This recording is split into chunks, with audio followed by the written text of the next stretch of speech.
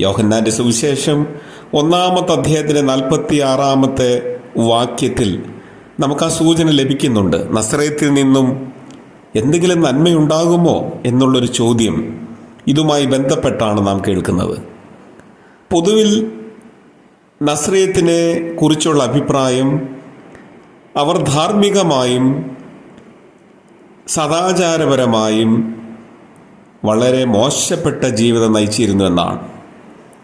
മതഭക്തിയില്ലാത്തവരും അസന്മാർഗിക ജീവിതം നയിച്ചിരുന്നവരുമായിരുന്നു എന്നാണ് നസറേത്തിലുണ്ടായിരുന്ന പഴയ ആളുകളെക്കുറിച്ച് നാം മനസ്സിലാക്കുന്നത്.